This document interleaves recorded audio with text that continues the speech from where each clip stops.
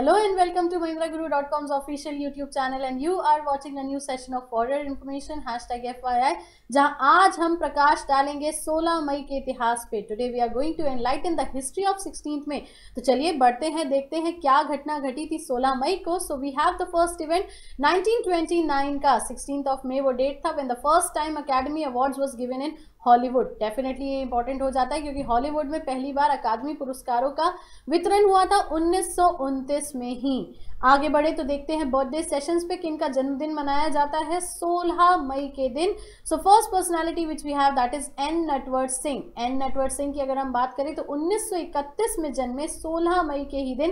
N Natwar Singh के बारे में अगर हम जाने तो ये हमारे देश के एक्सटर्नल अफेयर मिनिस्टर भी रह चुके हैं। एन नटवर सिंह बहुत ही जाने माने पॉलिटिशियन रहे हैं जिन्होंने अपना कार्यकाल पूरा किया था हमारे देश में। अगर पहले बात करें तो एन नटवर सिंह के पहले Yashwant Singh ji external affair minister थे और इनके बाद मनमोहन सिंह जी ने ये कार्यभार संभाला था। तो जाने माने पॉलिटिशियन नेता हमारे देश के एन नटवर सिंह का जन्म हुआ था 1931 16 मई के ही दिन। नेक्स्ट अगर हम बात करेंगे डेथ पर्सनालिटीज की, so we have Homi Modi. Homi Modi की अगर हम बात करें सो होमी मोदी का नाम इसीलिए आ जाता है इंपॉर्टेंट क्योंकि होमी मोदी हैं Tata steels, yes Tata group से जुड़े हुए एक बहुत ही महान शख्सियत।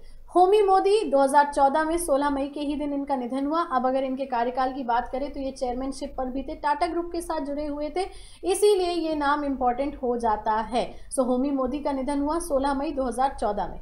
बढ़ते हैं आगे, देखते हैं क्वेश्चन आंसर्स क्या क्या हैं एमटीएस एसएससी रिलेटेड आपके प्रिपरेशंस के लिए। एफवाईआई क्वेश्चन बैंक में एक नया क्वेश्चन फिर आज जुड़ जाएंगे 10 के 10। तो let's proceed to the first question. Who was the Delhi Sultan who introduced hereditary principle in the इक्ता system? Delhi का वह सुल्तान कौन था जिसने इक्ता पद्धति में वंशानुगत सिद्धांत लागू किया था? फिरोज शाह तुगलक, बालबन, अलाउद्दीन खिलजी या मोहम्मद तुगलक? तो yes the right answer is Firoz Shah Tughlaq. So Delhi का वह सुल्तान जिसने इक्ता पद्धति में वंशानुगत सिद्धांत लागू किया था वो था Firoz Shah Tughlaq. Let's proceed to the next question. अगले क्वेश्चन की अगर हम बात करें तो ये रहा आपके सामने। Who was the first Muslim ruler of Kashmir? Kashmir का प्रथम मुस्लिम शासक कौन था?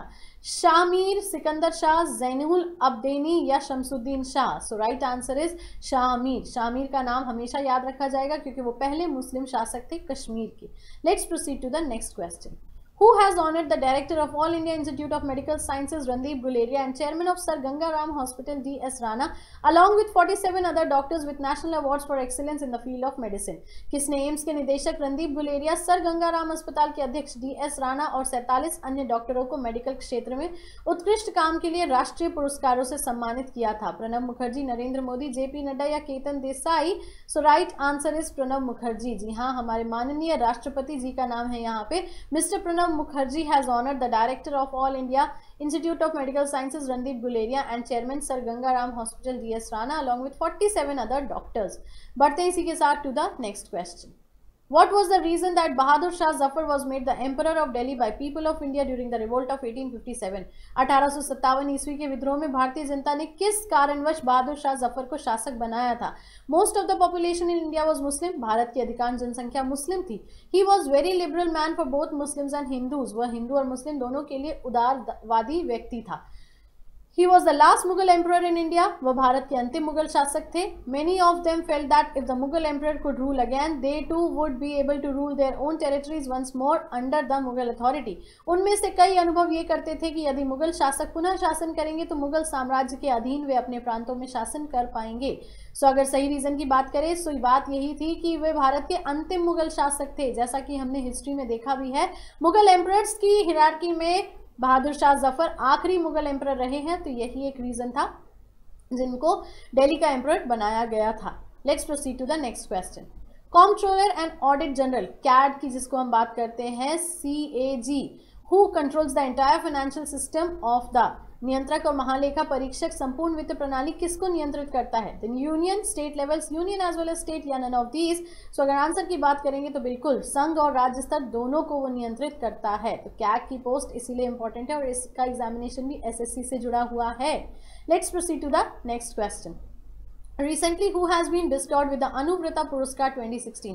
हाल ही में अनुव्रत पुरस्कार 2016 से किसे सम्मानित किया गया है? सर्बानंद सोनोवाल, पेमा खांडू, नीतीश कुमार या चंद्रबाबू नायडू? So, ये सारे के सारे चीफ मिनिस्टर्स या मुख्यमंत्रियों के नाम है। सो बिल्कुल बिहार के नीतीश कुमार जी का नाम यहाँ निकल के आता है अनुव्रत पुरस्कार 2016 से जिनको सम्मानित किया गया है। Let's proceed to the next question.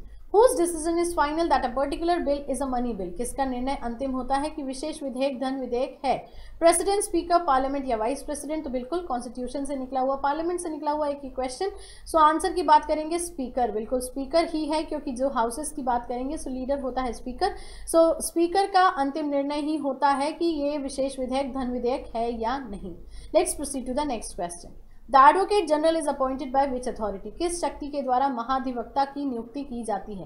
President, prime minister, governor of the state या parliament? So yes, the right answer is option number C, governor of the state. Advocate general, क्योंकि अगर हम बात करें सो अटॉर्नी जनरल राज्य देश के सबसे बड़े लीगल अथॉरिटी होते हैं, एडवोकेट जनरल राज्य के होते हैं जिनका अपॉइंटमेंट होता है राज्य के राज्यपाल या गवर्नर ऑफ द स्टेट के according he.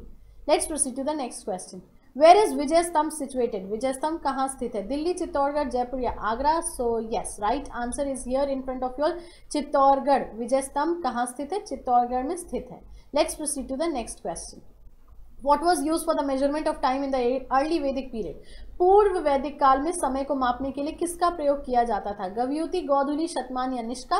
So yes, right answer is गोधूली, ऑप्शन नंबर बी। गोधूली का प्रयोग होता था पूर्व काल में समय को मापने के लिए। इसी क्वेश्चन के साथ let's end up this session. Do not forget to click on the like button before getting offline. Comment करके FYI के इम्प्रोवाइजेशंस के लिए बिल्कुल हमें बताएं। Yes, do share the video link to get the easy access in upcoming timing. Subscribe our channel, Mahindra Guru के channel पे फिर से मुलाकात होगी आपसे। तब तक के लिए खुश रहिए, ख्याल रखिए, पढ़ते रहिए। यस, भूलिएगा मत, आपकी सफलता में ही हमारी सफलता है। Thank you so much.